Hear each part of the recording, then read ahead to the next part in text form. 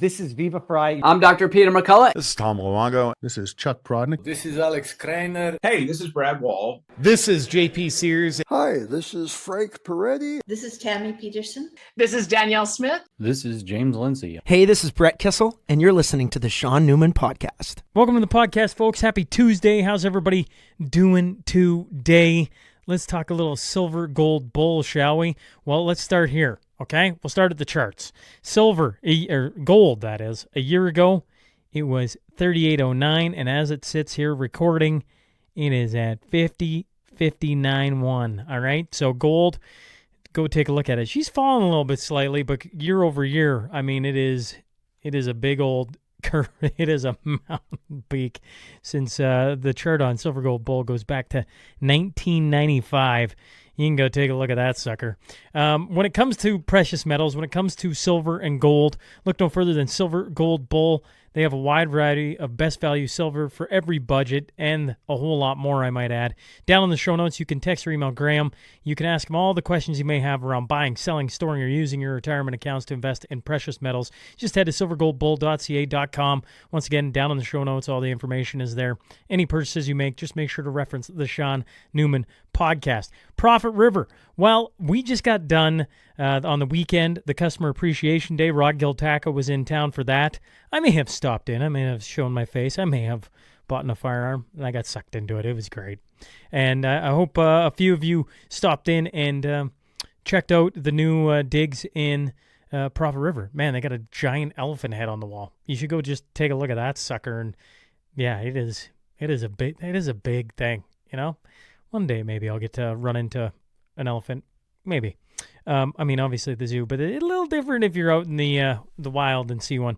When it comes to Profit River, any purchases you make sure you use the coupon code SNP.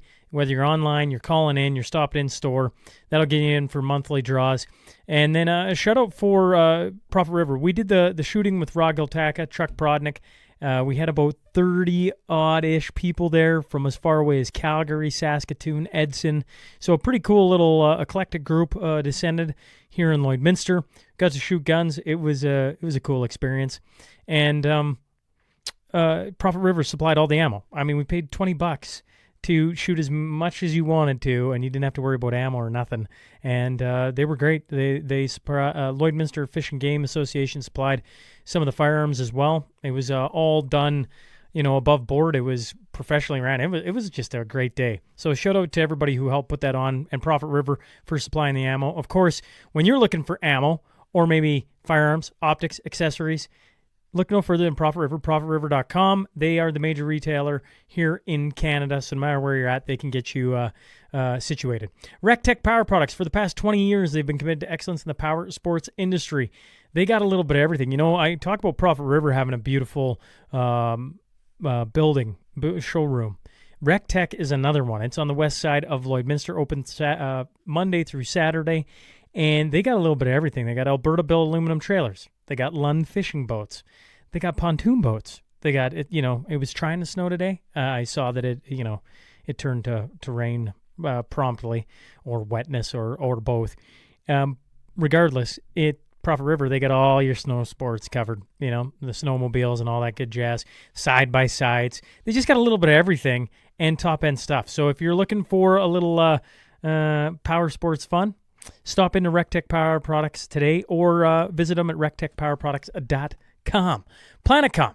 When you're busy running and growing a business trying to stay on top of the ever-changing world of information tech, it can be overwhelming to say the least, and that's what they're there for, to help take care of that for you, leaving you to do your thing. And they'll do theirs for 22 years. Twos loves that. Somewhere Twos is sitting there listening. 22, of course. Planetcom has been here to boost your productivity by proactively managing every aspect of your IT infrastructure, both in the house and in the cloud. This ensures you don't get too tangled up in technology to get anything done. You're going, that's a mouthful. I wonder what that is. It's websites. They built my website. You can go to theshaunnewmanpodcast.com. And then you might be wondering, well, where's ShaunNewmanPodcast.com? Oh, it's a Chinese gambling website. They also do security online, making sure your stuff doesn't get stolen like this guy's. And if you're wanting more information, go to planetcom.ca. Talk to Carl and the team there. Well, we've rattled off a ton of events here, folks. Quick Dick McDick Live, November 22nd in Lashburn. You can go down you can go to showpass.com/Lashburn. That is coming. Quick Dick fundraiser for the Lashburn Elementary School. All the proceeds going to a new playground.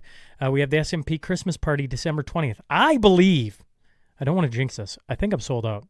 I think I sold the last table, but I will throw it out there. It's December 20th. If you want to get on the wait list to see if you can sneak on for Dueling Pianos in Lloydminster, you can text me. This might be the last time I bring it up, and next time it might be sold out. I'm pretty sure we just sold the last table. But in saying that, if you want to get on the wait list, you can always do that as well. The Mashspiel, January 17th. We just sold another team to that. Kalmar, just west of Leduc. That is the Tuesday mashup. The mashup, I don't know. I'm all over the place here. I guess it is Tuesday. That is the mashup community event. We had 16 teams available. Now we're down under 13 teams available. So make sure you don't wait on that. You want to get in on that before she is sold out, and we got 16 teams. The Cornerstone Forum, March 28th at the Weston Calgary Airport.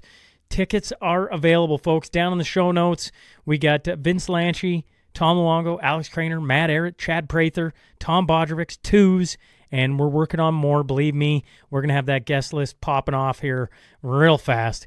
We got some exciting people that we're hoping to announce, and that's going to be in Calgary, March 28th. I hope to see you there. All the details down in the show notes. Go to the link and buy your tickets today. It's early bird pricing here for the next month. So if you're wanting to get a cheaper ticket, don't wait. Get booked right now, and make sure to book a hotel room at the Westin as well. If you're listening or watching on Spotify, Apple, YouTube, Rumble, X, Facebook, make sure to subscribe. Make sure to leave a review. Make sure to share with a friend.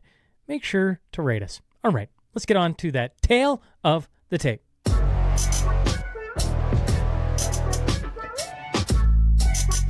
Our first guest is the CEO and Executive Director of the Canadian Coalition for Firearm Rights. The second spent 20 years in the Canadian military. I'm talking about Rod Giltaca and Chuck Prodonick. So buckle up. Here we go.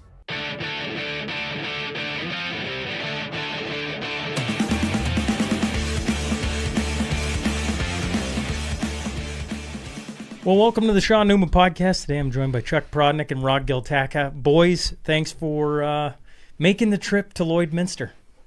Well, it's good to be here again, Ruddy.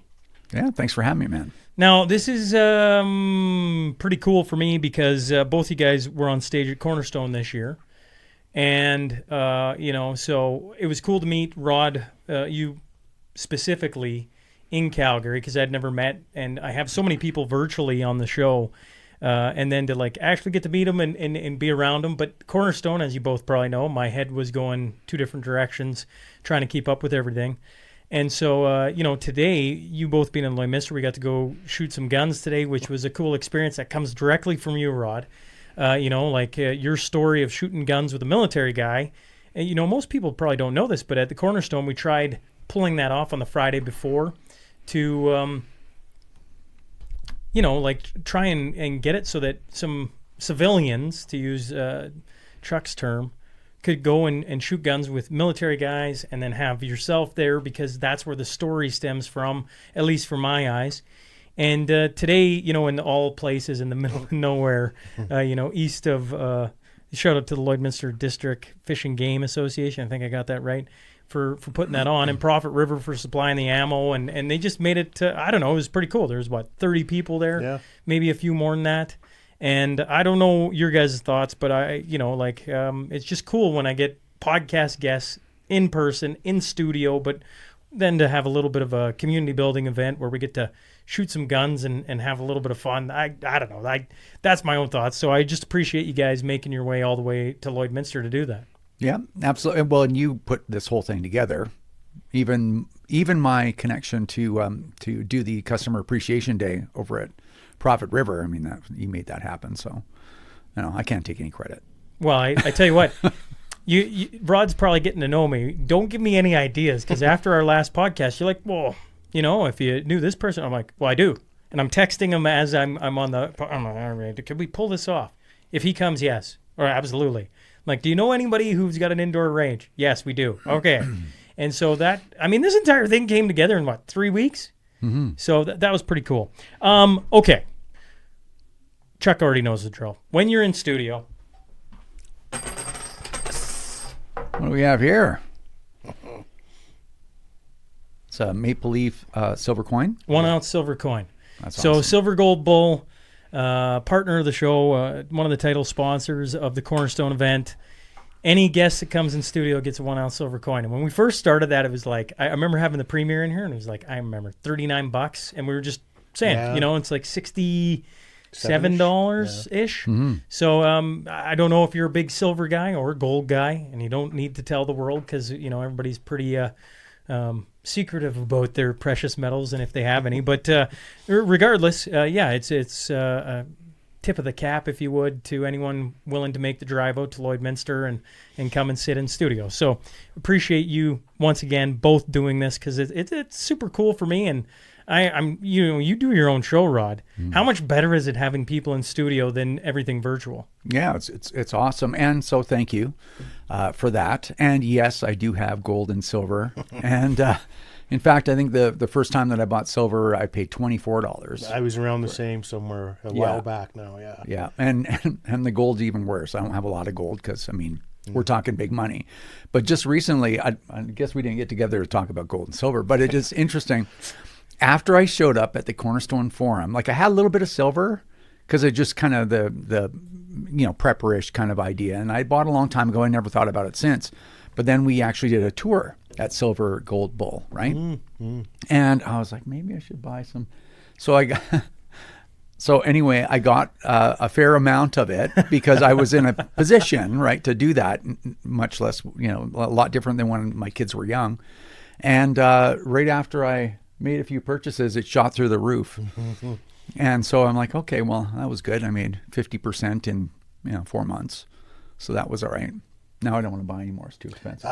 I do the same thing. Like, I'm so happy I got into it when my kids were younger and things were tighter, but it was so much cheaper. And I just found a way to do it here and there, and only a few at a time. And sometimes I'd go halvesies if boys were going in on a bigger order and I could afford a little bit more. And I can remember, I still hear it from people today, that they'd get coins passed on at birthdays and Christmas time by older relatives who understood the value of that metal in their hand. And it's funny now, like I can remember giving my kids coins at their birthdays, like that you get those things from the post office. I don't even know if they're worth anything anymore. But there is something, and I say this every time I'm on here, like I'll put this in my little hoard and I'll run my fingers through it and I'll pretend it's my precious. Chuck, you're quickly becoming one of the biggest earners off the podcast and coming to the studio. I do. I am. I come here pretty much for the coin and the beer. Well, shout out to Jamie Sinclair. I haven't been drinking all year. And so that beer, since the last time Jamie was in studio, has sat in that fridge the entire time. So yeah, Jamie, it's as good as it was last time. Okay. So one of the things that's happened since, Rod, you specifically were on, and once again, I don't need to say this, but in the studio, if you guys want to get talking about anything, you fire away and don't feel like it has to come back to me. But we were talking about your video on Saskatchewan, and there's been a lot of people asking about that. There's been a lot of people I've watched come up and talk directly to you about that. So I thought maybe we just start there, and we'll see where we get to. But I think it's important, if people haven't gone and watched your video, that they should. But your thoughts on Saskatchewan and what the government's doing there? So it's a little bit to explain. So I'll rattle it off as quickly as I possibly can. But Saskatchewan has come up with an interesting plan to push back against the feds for this whole confiscation program. As most people know, the confiscation program is thundering ahead with a small scale pilot project in Cape Breton. I'm told it hasn't done that well, which is great. I heard 30 guns today. Yeah, well, 30 so far. It's funny because I tried to find out where that came from, and I couldn't find out. So, but it would be great if that's all it was. Might be representative of what's going to happen after it rolls out around, across the country. But there's been two provinces, primarily in Canada, that have been pushing back against the feds. So that obviously it's Alberta and Saskatchewan, and Saskatchewan came out with something interesting, and it just might work. So to explain what Saskatchewan is doing, you have to understand what both provinces are doing, and or Alberta. So there was one initiative where both provinces passed legislation that says if you are going to be a seizure agent, so somebody that's going to come into the province to take guns, you have to be licensed by the province so that it's done safely. And, as per whatever the guidelines of the province is. And so that's fine. Unfortunately, that's not going to work.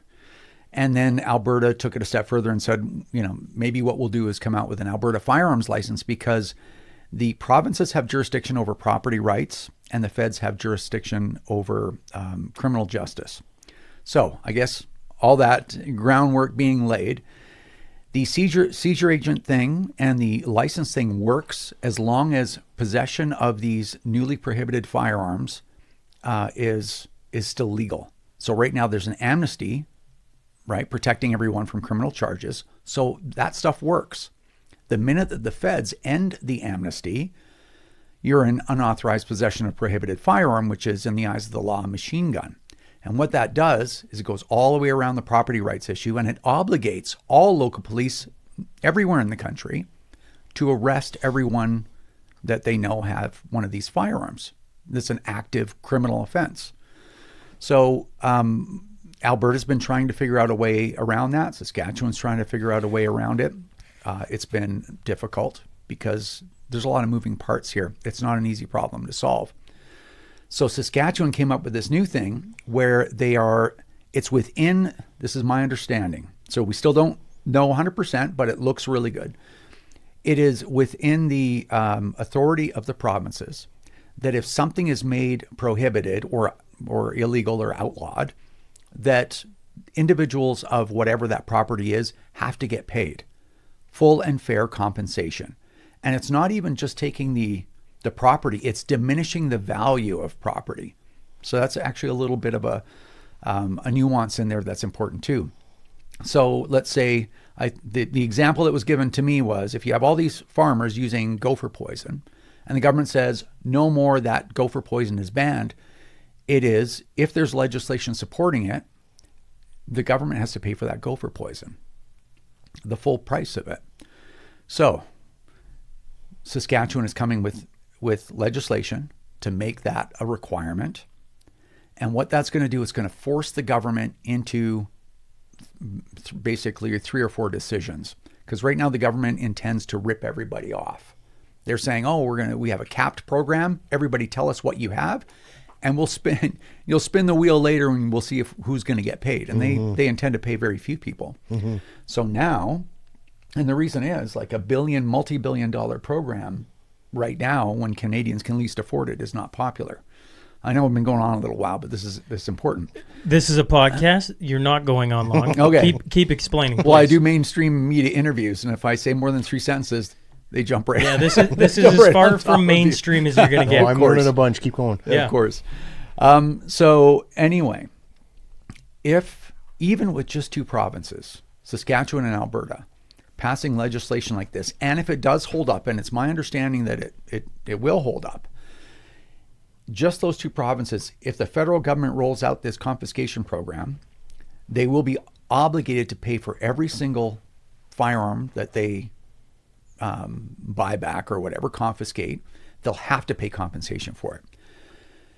So the government can take, the first government option is just go ahead and run the program and who cares, right? But then all of their lawyers, and I think, my understanding is they have 1,800 lawyers, the federal government.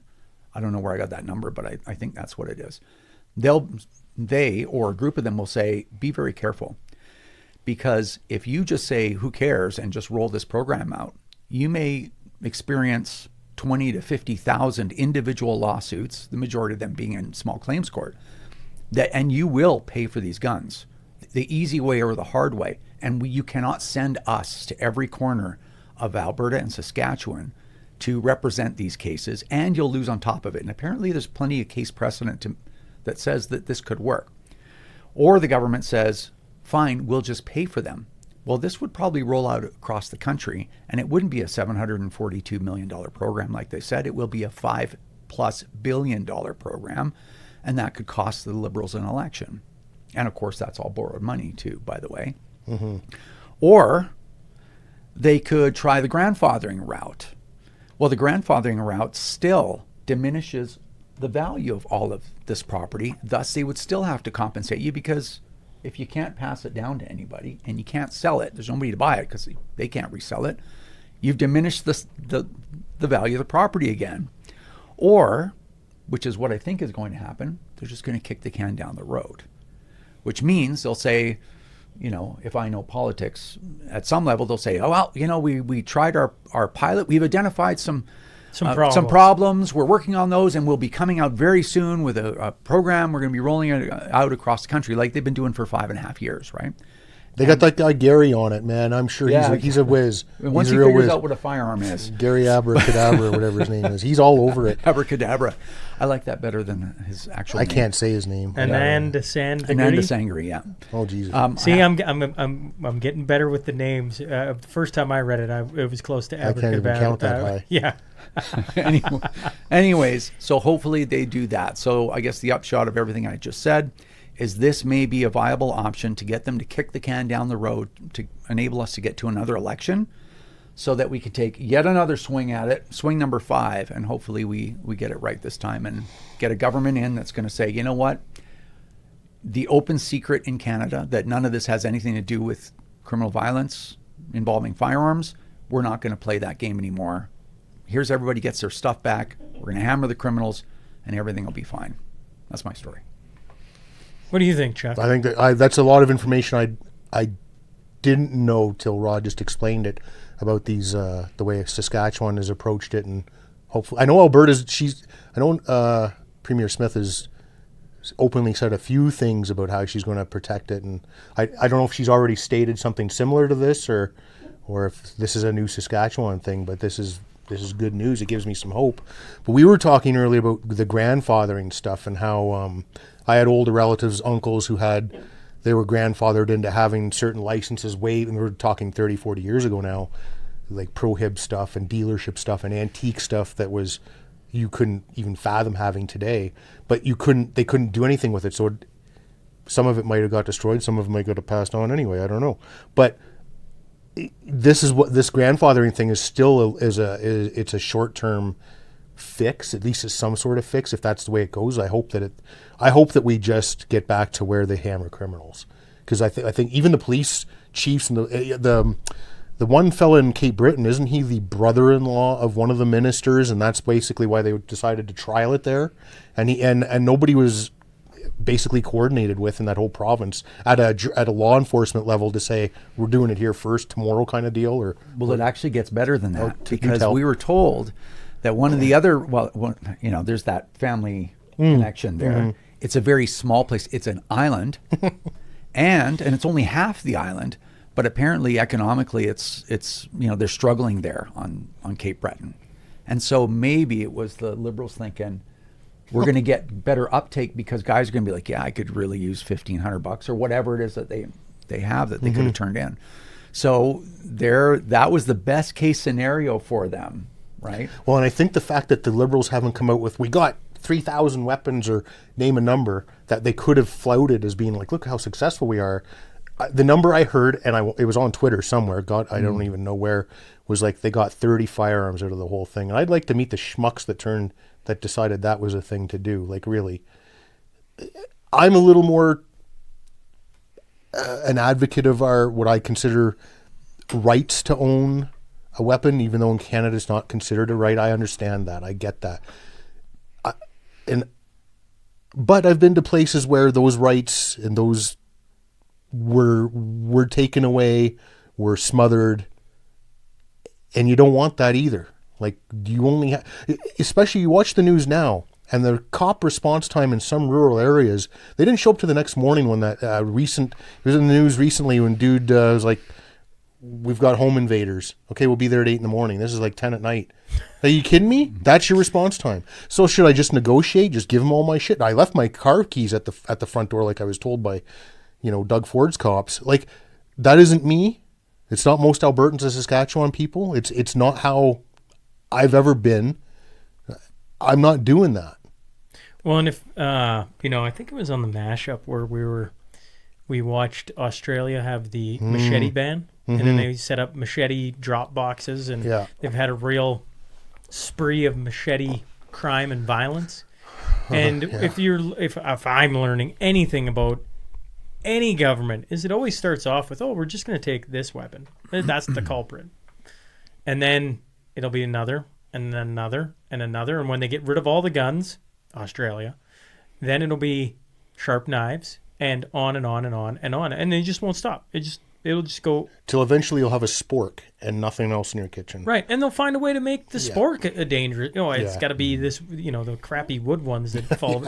Like eventually that's where it gets to, and you go, I can't get there. It's like, well, if you go back 100 years, and ever thought of relinquishing your firearms, you would have. Why would we do that? It's just part of life. And yeah, you take it away from criminals. Yeah, you do things criminals. I mean, we're just in a strange realm of Canada right now where, like. Criminals are let out, and then they go off to do really bad things, and then they point to illegal firearm owners as the culprit. And I think it's becoming more and more known, and pointed to, like, that doesn't make any sense.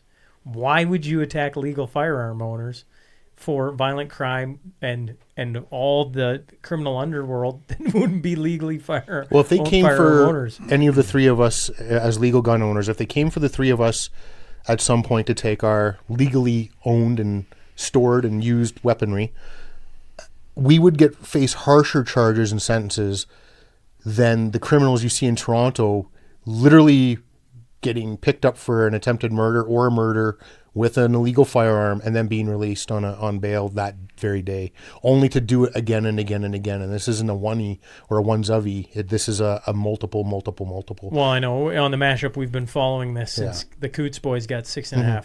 With Tamara and Tamara and Chris 18 months of house arrest. I worked in corrections for 10 years after the Army, or almost 10 years after the Army, and I've seen murderers and rapists walk after inconsequential time as compared to what those guys got. There's nothing but a political stunt and a political hunt for those guys. But you don't even have to like guns. You don't even have to have a gun. But you'd better understand, especially if you're watching this is weird to say, the ostrich situation in BC. But if you're not watching what they're doing to the property rights of those people and the neighboring farm getting kicked into the whole thing too, as part of the property right thing, you want to believe that there's a separation in mentality that we have with the Americans about guns. I get that. But we better stop poo-pooing their mentality about it and maybe adopt a little bit of a, we have a right to certain things. We certainly seem to have a lot of rights for ridiculous things in this country, that people seem entitled to have. If I want to be able to go plink paper or knock down some meat in the woods for myself and my family, I think as a law-abiding citizen, I've earned that. Plus some. Everything I have was legal at one point until the government said, no. I've only ever stored it legally. I've only ever done things legally with it. And if there's ever been candidates for ticking time bombs in the country, which are never ticking time bombs, it's combat veterans. I don't know of a single combat veteran that's, not saying they're all law-abiding guys all the time and they don't get into trouble, but you don't see them running around doing stupid stuff with guns. It's this criminal element that we all know where that's at. You, Rod, how long have you been in the gun world? The gun world or advocating? Advocating 10 years. Okay, 10 years. Chuck, you were in the military for 20 plus, and when you two look at Canada, you're 10 plus, you're 20 plus. How many times have they come for guns? Like how many times is this? It's on my radar now, and I'm sure if I talk to somebody older than me, they're gonna say, "Well, actually, you got to go back to this year, and then that. Oh, and then they did that time." And how many times have they slowly chipped away at? It's every election cycle they chip it. The long gun registry. I don't remember how long ago that was now. So that was brought into law in the mid 90s. Yeah. And then it was actually implemented somewhere in the early 2000s and was eventually ended. But it was the early 90s, of course, after the shooting at École Polytechnique, that was when, a lot of things changed, and it was drastic change. But then after Nova Scotia was the big, and of course, every time I even say that, it just really eats at me because, of course, I was part of the Mass Casualty Commission, right? I had standing in that commission, and so I got the evidence package before the public got it, and not a single firearm that was used that was sourced domestically. They were all smuggled. So all the bans and Bill C-21 and everything else that the Liberals brought forward as a response, not a single, and I said this, I did 2 presentations to the commission during that whole thing. Not a single law, not a single ban, not a single regulation, nothing would have had anything to do with what happened there. Like, it's physically impossible. It's not a political opinion or an expert opinion. It's like it just wouldn't, because this was an individual that acted completely outside of the system. And it's funny. Let me just add this. I don't even know how relevant it is. Just kind of an interesting fact. We had standing as a participant in the commission. We could have applied for funding. And I just looked at that and went, we're not going to do any funding. Like, this is my job to be there, like, flat out. So we didn't charge anything. My report was like 6 pages because it's very, very simple. The Coalition for Gun Control had standing in that committee. They billed for $250,000.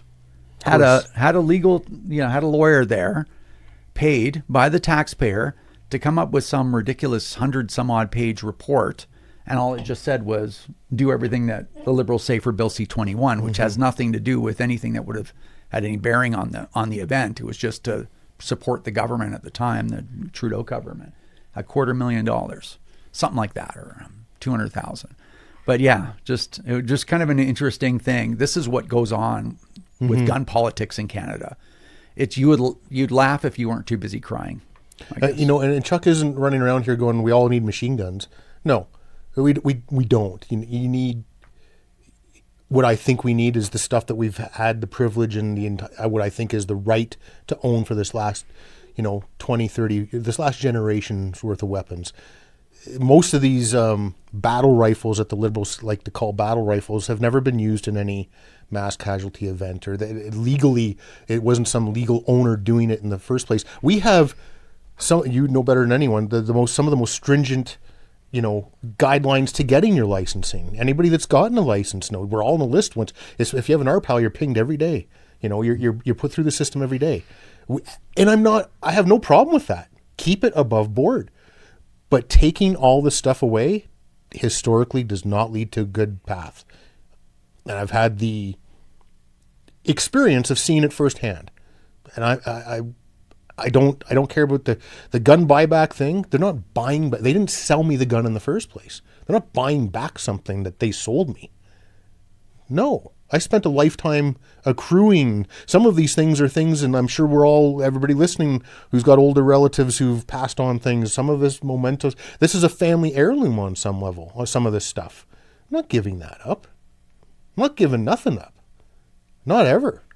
They can buy back whatever they think they want. They're not getting nothing. That's a red line. Nice going, Shaun. That's a red line. Yeah. It cannot happen. This country, now you might hate guns. If you're the one guy out there listening to Shaun's podcast, it's like, well, I fucking hate guns, and I don't think anybody should have guns. That's great. You're going to wish, should the government get to that point, that somebody had that ability. And I've been in the countries where only a handful of those people did. And they're the ones still kicking after everybody else got put in a ditch somewhere. You don't want the government to be the only people with firearms.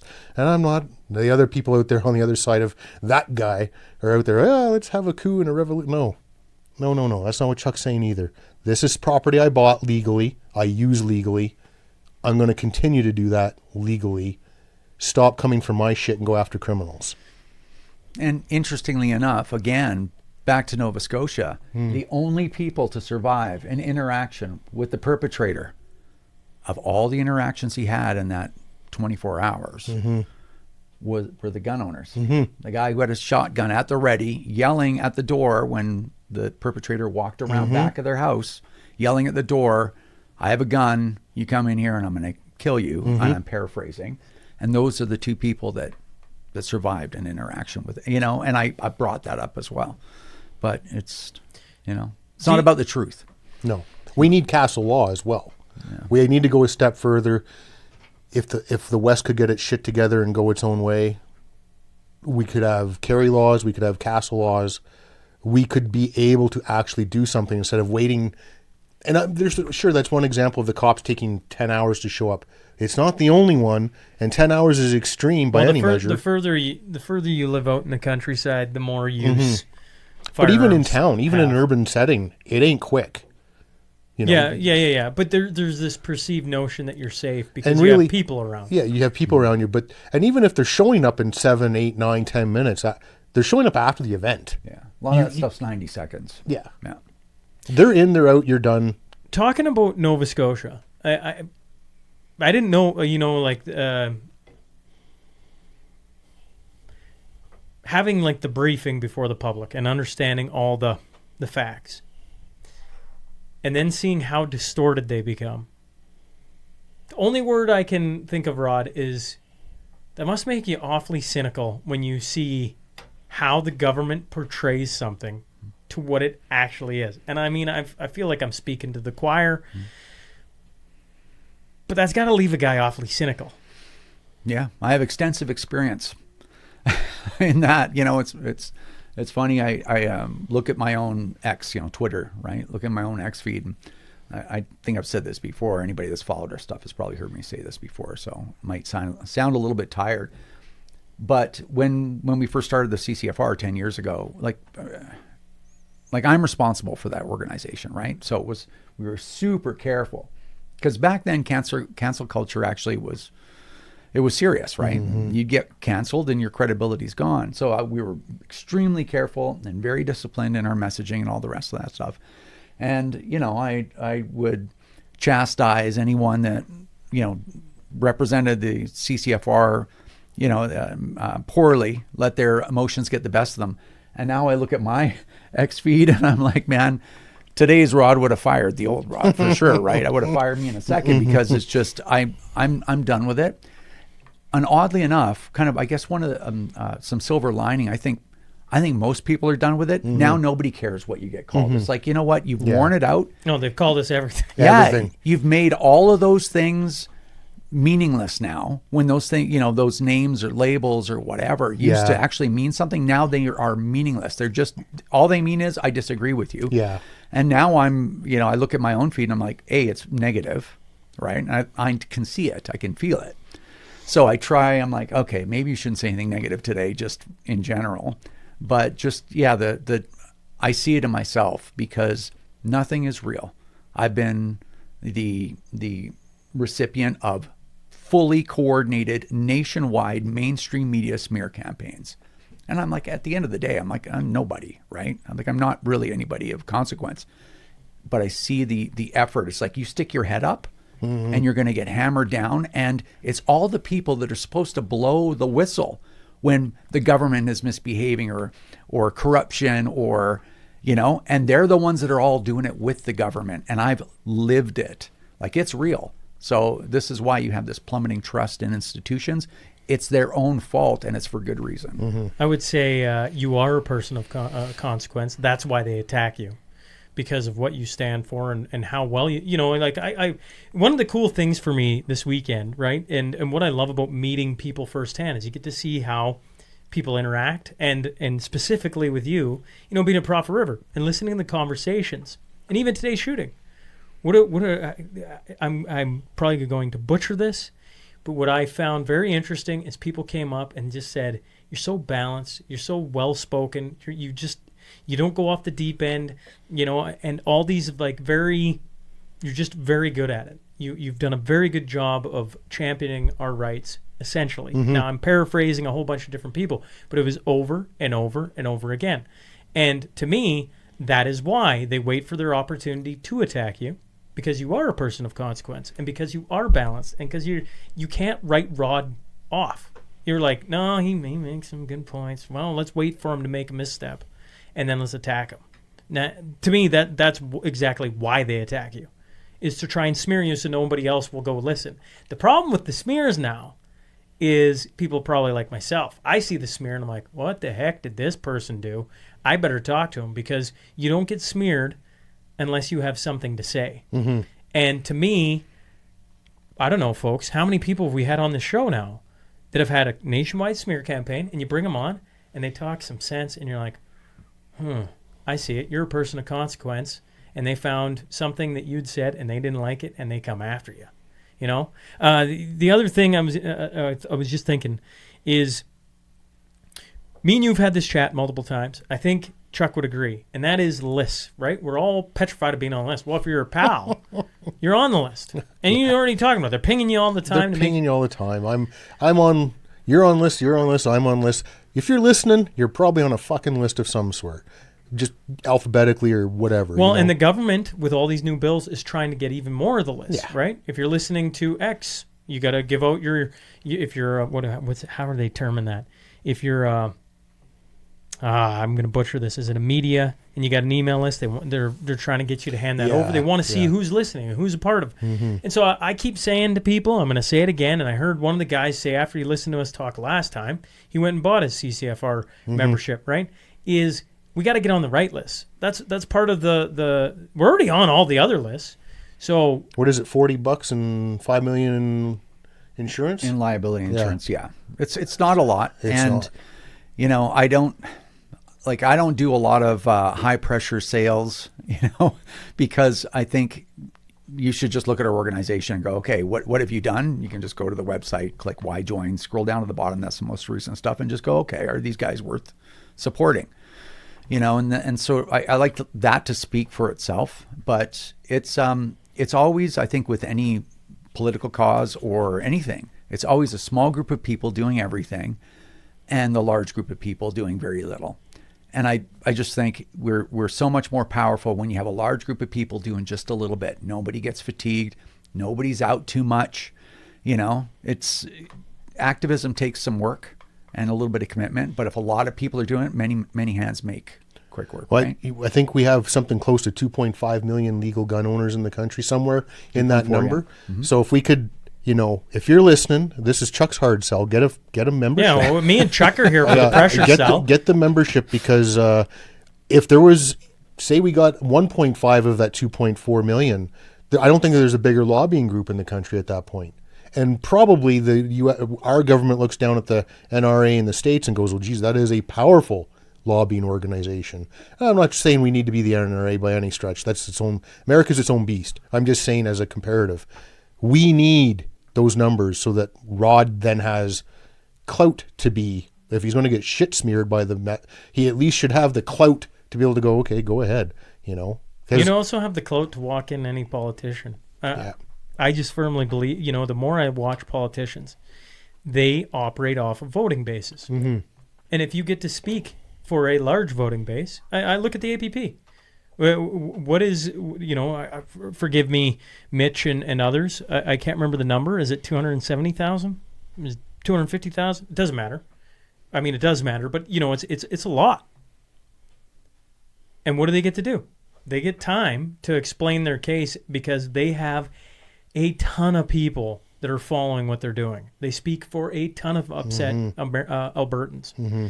Almost slipped Americans. We're not there yet, folks. Not there yet. And I look at gun owners and I go, a ton of you are wonderful people.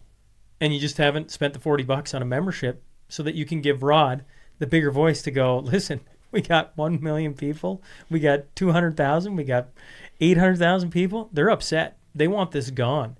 And politicians, they move by numbers. That is the game, is it not? And as an industry, the gun industry was not a small industry in this country until, like, even where I'm, Morinville, the little family-owned gun store there, it went kaput, and so did so many other little stores after this liberal stuff happened. Well, and gun ranges, haven't we noticed? I go back to when we were trying to get you, invited you to the Cornerstone, you graciously accepted, and then I'm like, what would be really cool if we could put together a little fire range, go to the indoor range or a range and shoot some guns with some military guys, just like we did today, and in Calgary. And I'm sure I'm going to get a bunch of texts of this one's open and that one's open and everything's open. Mm-hmm. But a few had closed down, and you're like, oh, so you're a gun owner, you want your guns, but you're going to have to go on a list to me and vote and do the right things to give power to that. And if you don't want to do anything, it's like, well, spend $40, make the list bigger. You're already on a list of fighting against you because the government's using everything against you. Like, I mean, that story on Nova Scotia, how you go, all the guns were illegal. Well, I don't know. Did we all hear that? I'm sure we did, but we didn't hear that from the government. We didn't hear that or the media, right? We didn't Or hear the that. media, We didn't hear that the two that survived were the gun owners legally is saying, "Get off my property or I'll kill you." You know, like that is important information, I think, for the audience. And I am a salesman by trade, and I don't think me and Chuck have any problem saying, you know what, spend $40 and I'll put where do they go? CCFR.com. CCFR.ca. Or we have the app. We have a mobile app that doesn't track your information or anything, but we have a mobile app. I'll put the link in the show notes. That way it's just easy. You just scroll down, go click it, and go sell a few more. Because, I mean, like, to me, it seems like the easiest thing to do, and you get put on the right list. That's why everybody signed up for the APP, I think. They wanted that number to be something the government couldn't ignore. Yeah. And I would say Danielle Smith can ignore it. She can't. It's that big. You look at the gun community today, and shout out to Tracy Wilson. I see her on Twitter all the time. You got advocates like her who are just brilliant, you know, great spokesmen for the community. But even today, at a small town, middle of nowhere, off the side of a coulee, you know, range, and there's 35, 40 With all due respect. Yeah, Man, it was a beautiful spot. Beautiful spot. Nice view, too. Fantastic RSOs out there today. Not everybody that showed up there today was a gun person, and a couple of them had never fired a gun. They all had a great time. Nobody felt, you know, egoed out of the room or anything. That's the gun community I'm used to. I'm sure you're used to, and you're used to. It's just normal people who like putting holes in targets, you know, showing who's a little better that one day than the next day. I'm usually pretty fantastic, but like that's what it's about. That's the community that builds the gun community. Probably true. It's probably true. I was sober today. That is what it's about. Is that, and that's what I grew up with, was that kind of a community who just appreciated what those tools could do. Well, it was Terry Bryant, the Alberta Chief Firearms Officer. When she was on the podcast, that's what she was talking about was the community. There's this community of firearms enthusiasts that just want to get together and hang out. It's, you know, like we keep coming back to this community thing. Yeah. Firearms owners, if you're, you know, it's one big community. I look at the CCFR as just another community that's vocal for advocating for that community, right? And so we just got to grow the community and you know, the podcast and CCFR just have so many commonalities, you know, like we're so similar, right? So like if you're a gun owner. I bet a third of the folks out there today were women. You know, like it's not some all tattooed assholes like me. The whole community, like look at the one RSO. It was quite, and we had some kids out there. There was a few younger folks, yeah, it was super cool. That's the community. It's families. It's everybody like that. And that's what makes it unique and special. Oh, and that's probably why they don't want it. Yeah, it's traditional. Can we talk about shooting a handgun for a second and how did just a confidence killer? Man alive. I was saying this to you guys at supper.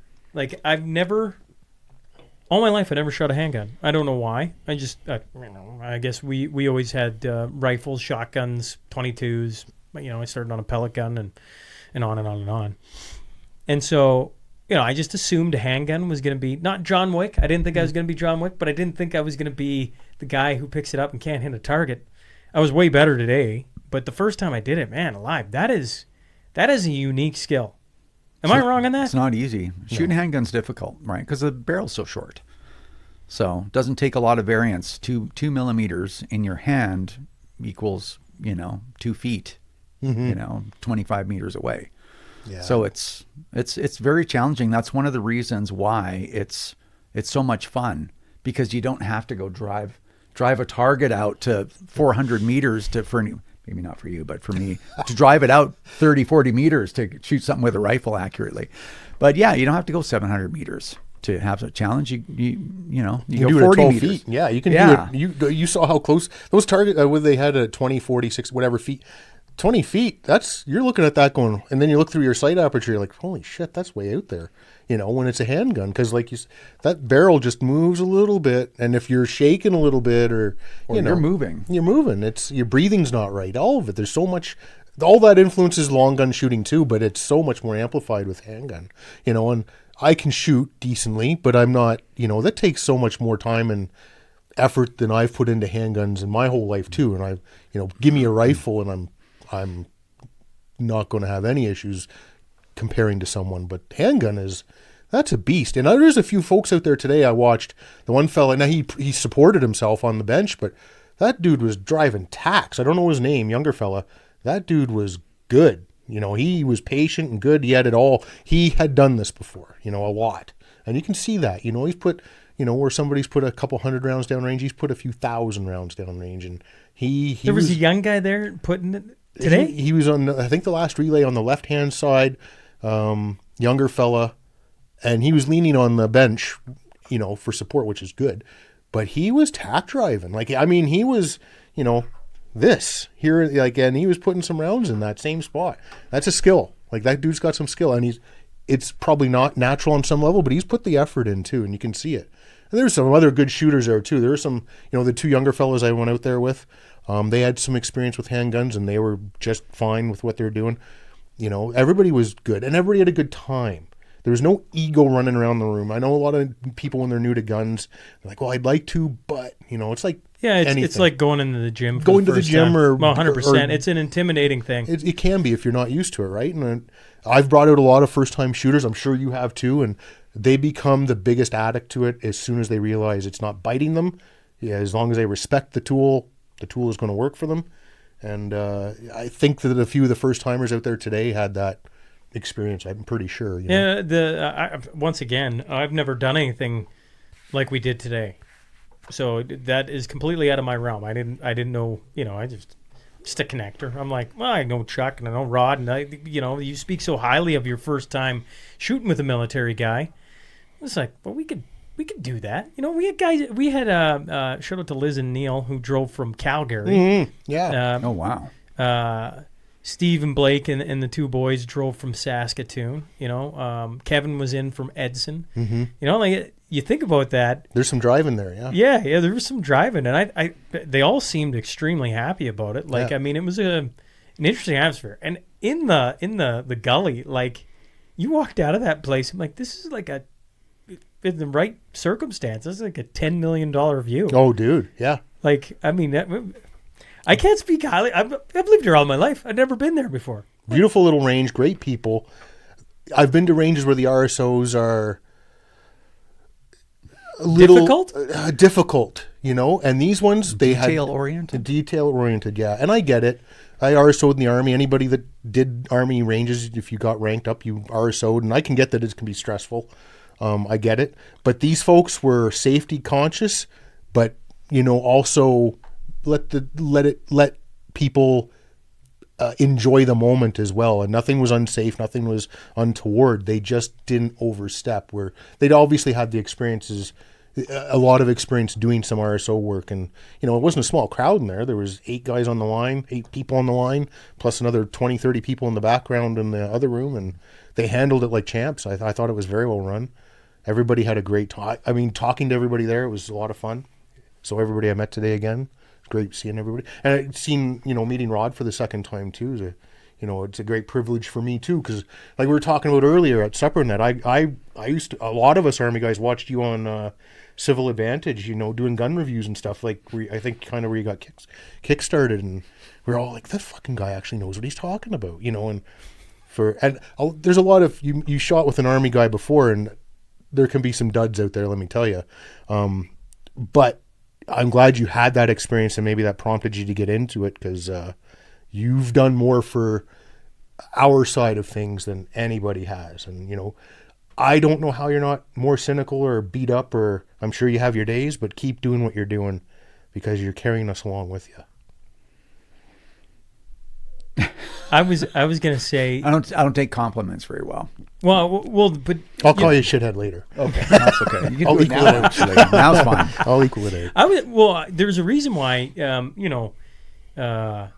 as we plan Cornerstone 2026, when I'm looking for podcast guests that come on that I think would be worthwhile to have at the Cornerstone, there's a ton, but you only get 13 speakers, or at least that's what this last one was. And what shocked me about your story was, and people should go back and listen to that podcast if you haven't. And I'll paraphrase, and you can explain the story again, which might be beneficial. But what stunned me about it was you weren't this big gun guy. You were, once again, I'm sure you had shotguns up to that point, but you weren't this big gun enthusiast. Then you're down. No, I'd never shot a gun. There you go. Yeah. And you go shoot with a military guy. You have an experience. You go to the hotel, which I think was an hour away. Mm-hmm. You sit there and it's like you can't shake it. And then you go back and you keep shooting.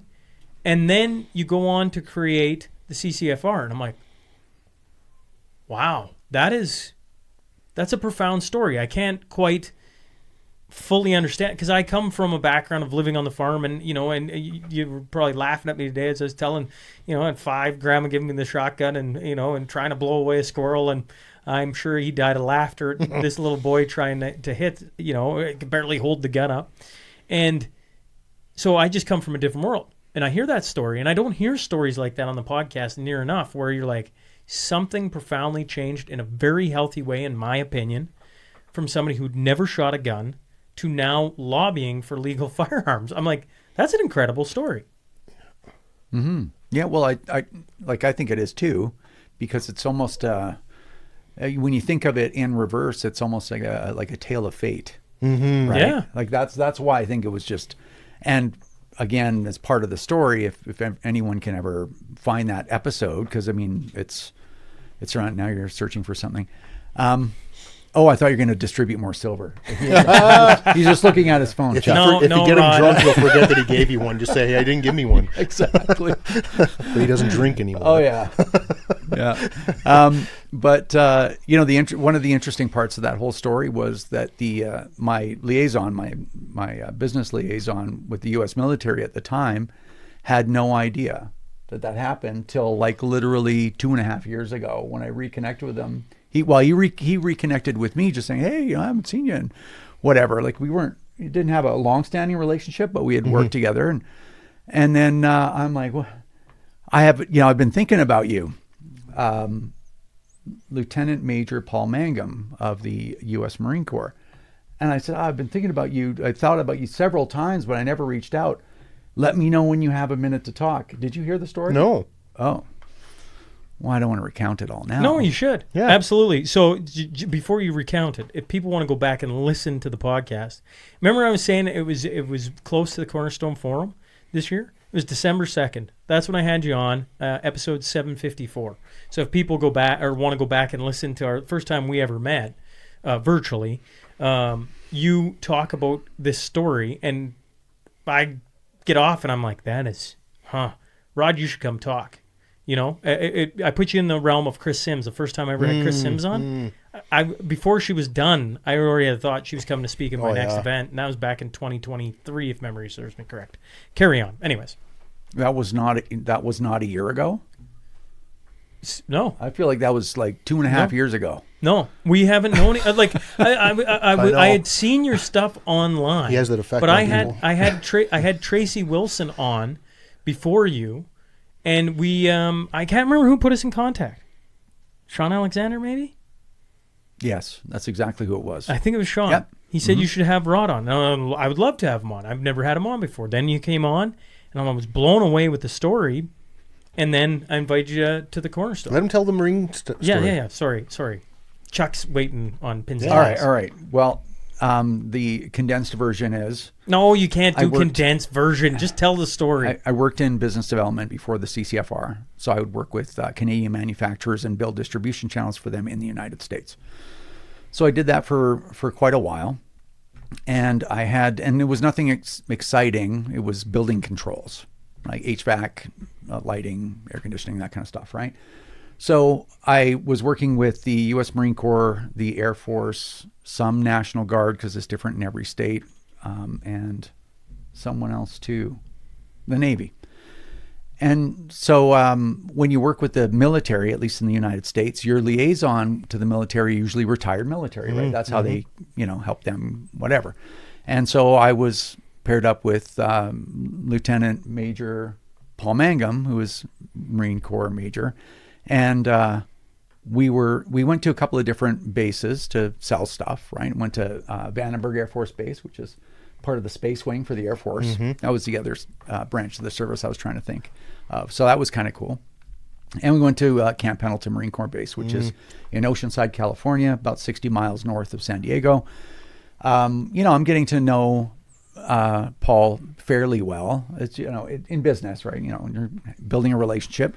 We'd gone out to Denny's, and a bunch of the guys there that we were talking with, there were some other HVAC contractors and stuff, and a bunch of them were service guys.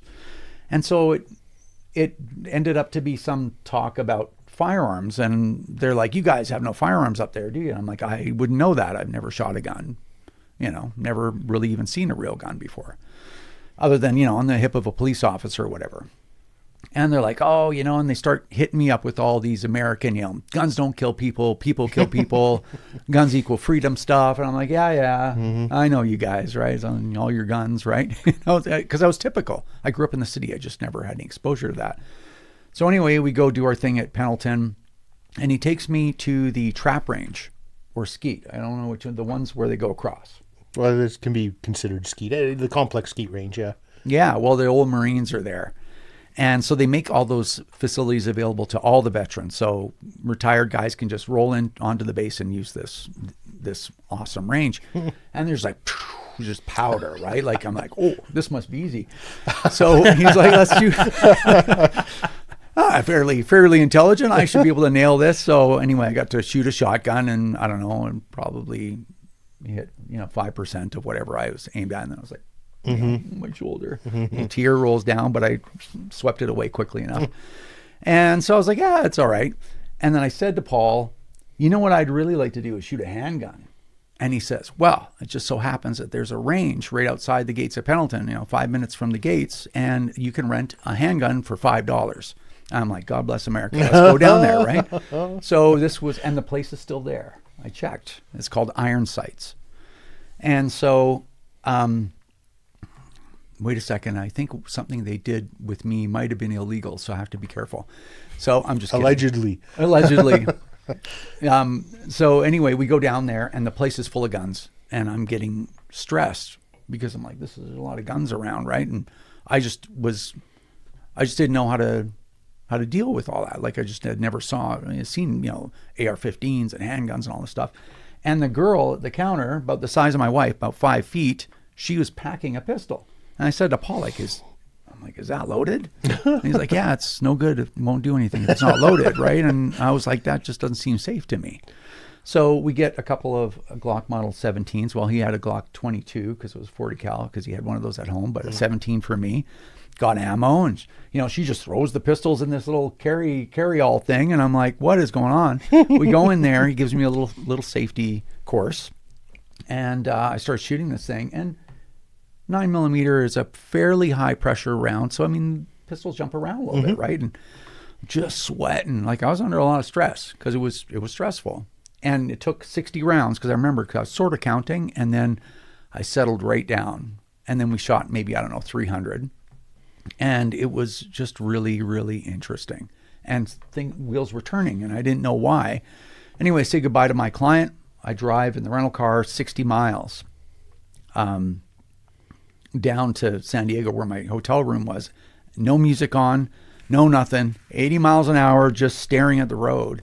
And I'm like, what is going on? Like I had some weird emotional response to it. Got to my hotel room, and I was allowed, because I'd gone there with military, to get a range ID there. Because I guess, I don't know, Iron Sights probably won't get into trouble. Hopefully I don't cause them trouble. But you can't rent a handgun in the state of California without, you can't rent a handgun without going with somebody. You can't go there by yourself and rent. You have to bring your own gun, or you have to have more than one person. So they gave me a range ID, and so I could go back there. And so I got to the hotel room, and I just stood there threw my, my laptop down on the, wherever. And I just stood there and I just was thinking. So I changed into my street clothes out of my suit and drove all the way back an hour there again and shot another 300 by myself. Holy. And I was just like, I need to find out if I can have guns in Canada. Because you're in the States right now. Yeah, it did something to me, Yeah. right? I'm like, why do I feel so different having just shot whatever, right? 400 rounds in this day. So I came back to Canada and got a PAL. First gun was a Glock Model 17, 9mm semi-automatic handgun. I started taking pistol courses, and I just got super hyper interested in it. And then I guess fast forward, a neighbor of mine, we bought a house in Chilliwack, British Columbia. My neighbor was an ERT team leader and had a really big resume that way. And he was also an entrepreneur. He had a training company that was law enforcement only, for which he did simunition training and all kinds of stuff. Yep. He knew that I was an entrepreneur. He says, hey, do you think civilians would like to learn about room entry training and, warrant service and cool stuff like that? I'm like, give me a week. I scribbled together a business plan for Civil Advantage Firearms Training. We started that business together. It was a hobby business, but that's where the channel first came from. And then we were running these courses and we were doing simunition training. Great fun. Yeah. Well, no civilians get that anywhere. No. And I still don't think in Canada it Probably is not, available no. to civilians anywhere. Well, it was some kind of outlaw days where we had that available for people. So we ran a lot of courses. I became a firearm safety course instructor just to augment the business. And then had that YouTube channel, which at one point was the largest Canadian firearm related YouTube channel, which was, these were the early days of YouTube. And then eventually, I got involved with another firearm organization. I was involved with them for about 4 months. It wasn't the place for me. We'll just leave that there. Yeah. It wasn't the place for a lot of people actually at that time. And so I got recruited to be the first president of this new organization, the CCFR. And I said no, but the guy that was recruiting me wouldn't take no for an answer. He kept going, and I ended up accepting that. And I said I would do it for a year to get it going because I was familiar with startups, right? Technology startups generally, and the rest is history. And then of course, like I said, a couple of years ago, now after what Shaun said, it probably was like 2 months ago, and I think it was 2.5 years ago. But, Lieutenant Major Mangum reaches back out, and I'm like, have I got a story for you? No doubt. That guy taking me shooting the one time 15 years ago resulted in a firearm business being created. Your YouTube channel. And then the largest lobby, firearm lobby group in the history of the country, all happening because of him taking me shooting. And so I laid that story on him because he was a real firearm rights enthusiast too. Mm-hmm. So he just absolutely loved it. Have you ever had him on CCFR? No. You should. Yeah, it's a good idea. Because I sit here as a podcaster. I'm like, man, what would that look like on a podcast? I'd love to have both of you on the show together. Because you just never know what one interaction with any one person can lead to. Well, in absolutely, life. Yeah. That's the beauty of it. Mm-hmm. And the beauty of your story is, there's multiple parts, but it's interesting to me. You had no background in guns. Mm-hmm. I've never seen a gun. No interest. Right? I really didn't have any interest. And all of a sudden, something just clicked. To me, that's a profound experience. Mm-hmm. And it changes the course of your life. Mm-hmm. And I might argue a ton of Canadians' lives too, because, now you have a guy lobbying for you that almost comes from the other side, was indifferent, I guess would be the easiest way to say it. And now is putting it on his shoulders, among others. I know you don't work alone. Mm-hmm. We talk a lot on the show about Tracy Wilson. She's fantastic, right? But it's pretty incredible when you think about that story, right? One guy takes you out, takes the time to go out. And it's better, I think it's more fitting or maybe fate-driven that Rod's path was that path where, guys like so many of us, that any firearm was considered a tool. It wasn't exciting to us as a kid. As when you're a little kid, sure, maybe for a minute, but it just becomes a tool, as a kid, or it's on the farm. It's just something in the truck or the tractor for, if the bad thing comes at you. That's just the way it is. Or if you want to knock down something for lunch or dinner, that you have your tool. Most of us at that point, as our background story, didn't feel a need to protect something that we just thought was ingrained in us, ingrained in what we grew up with.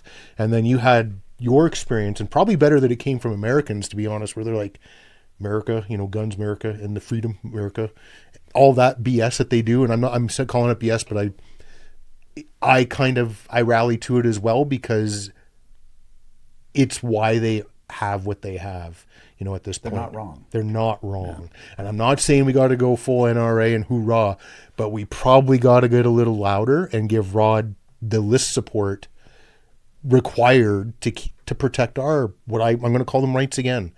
Because if these other... Well, we just know the Liberal government, or the government in general, it's probably the Liberal government, is going to continue to slowly erode this. This is why you've both been in this long enough, and you go, well, it started here, and then, a couple of years goes by, and it just...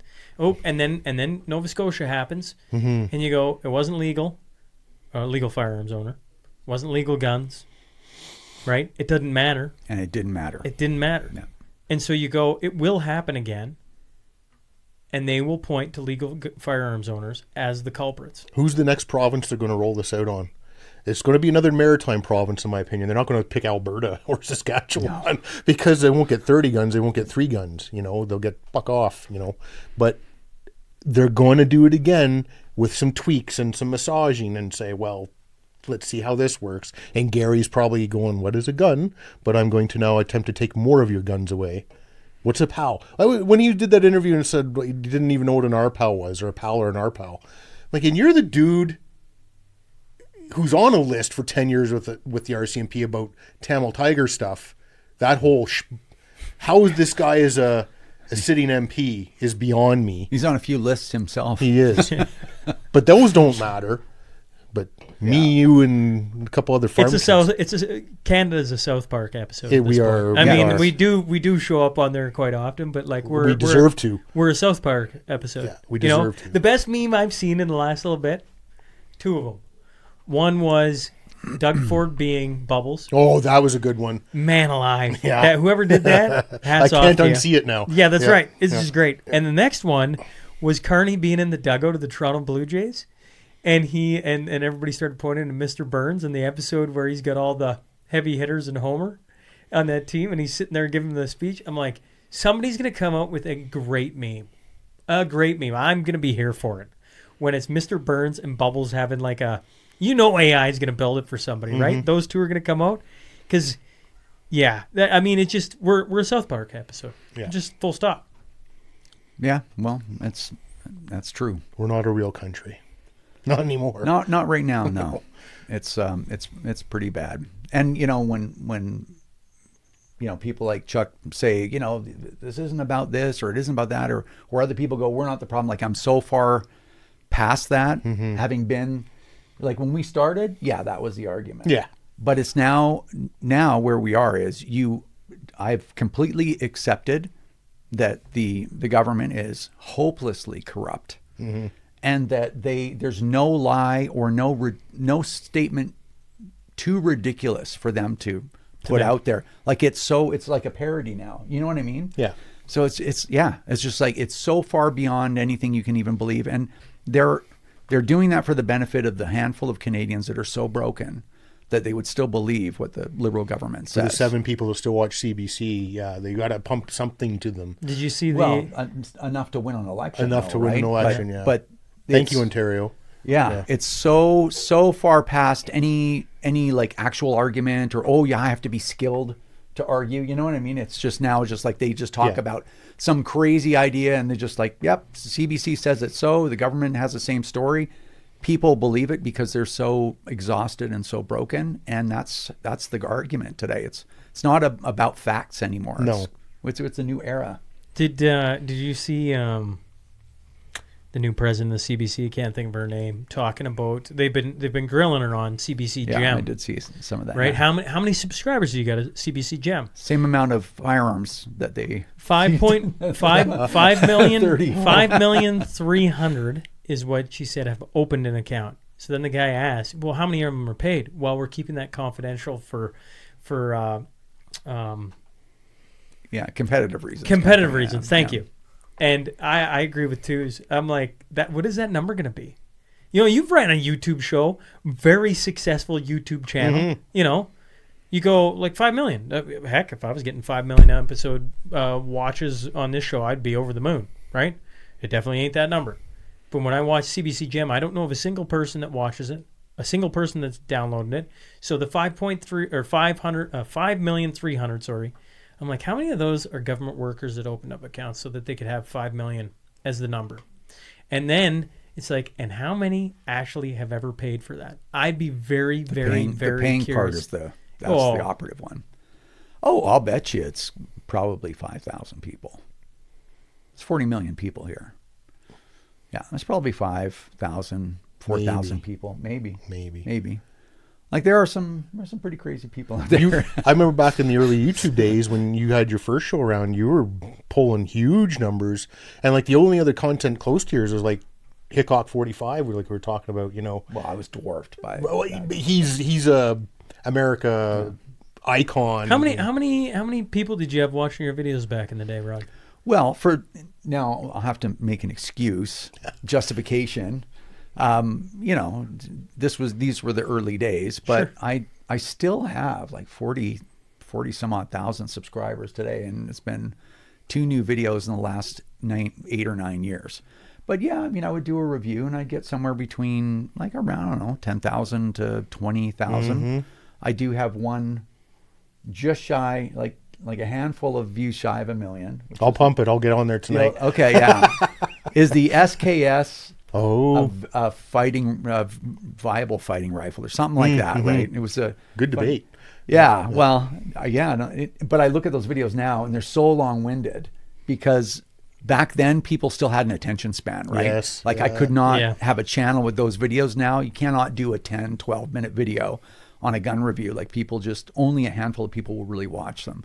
But yeah, I had a few good ones, but nowhere near like the American channels. Nothing Fancy was the big one back then. That's another one too, where Instructor Zero had a good channel too. That crazy Italian guy he would take a handgun. Yeah, that's right. Yeah. I remember him. He would take a handgun and he would go to the 300 and he'd gong. And he would maybe not gong the first shot, but he'd range himself in and gong.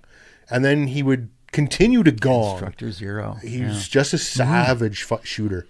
Just an unbelievable, weird skill set. Don't get me wrong. Like he's, you know, He did some strange stuff. some weird stuff. Yeah. But entertaining stuff, and that's what it took, right? But a lot of Army guys be like, oh man, you see this guy on YouTube, he actually seems to know what he's talking about here. And there was nothing, you know, YouTube was that was not in Canada. That was in the early days. That was in the early days, you know. Of course, it's flooded with everything in the dog now, but I compare you to, like, you know, the old guys will remember Hickok 45, and like you were kind of our Hickok. You know, you were reviewing stuff that was kind of like, we actually have this in Canada. And you'd be like, oh, shit, we have this in Canada. Now you can't get any of that in Canada. Chinese ARs. Yeah. Right? Well, you can still get an SKS. I remember my first few SKSs, or my first one SKS, I should say, was like $75, and I think I got a half case of ammo with the corrosive shitty ammo stuff. And they're $1,400 now. Yeah. I bought 10 of them for $140 unfired. $140 each. Still in the packing. Yeah, Cosmoline. Yeah. No. You can't do that now. I sold off a bunch of them, and I'm crying now because now they're worth 15. Yeah. Mine all fell off in a boating accident. Some of them are here and there, and allegedly.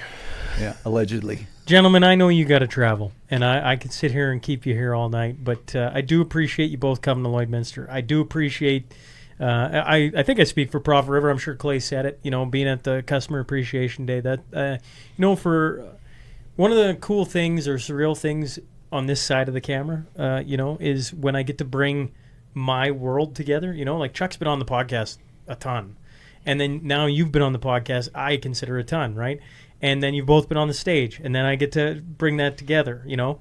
And then for Prophet River, you know, who've supported the podcast, honestly, it's pretty darn close to the early days, you know, of when I first started, and to have, you know, somebody that they know and respect in Rod to come into their store on their Customer Appreciation Day. I just, you know, my hat's off to you guys for entrusting me with a weekend away from, you know, life to come do these things, and I appreciate you making some time for the studio.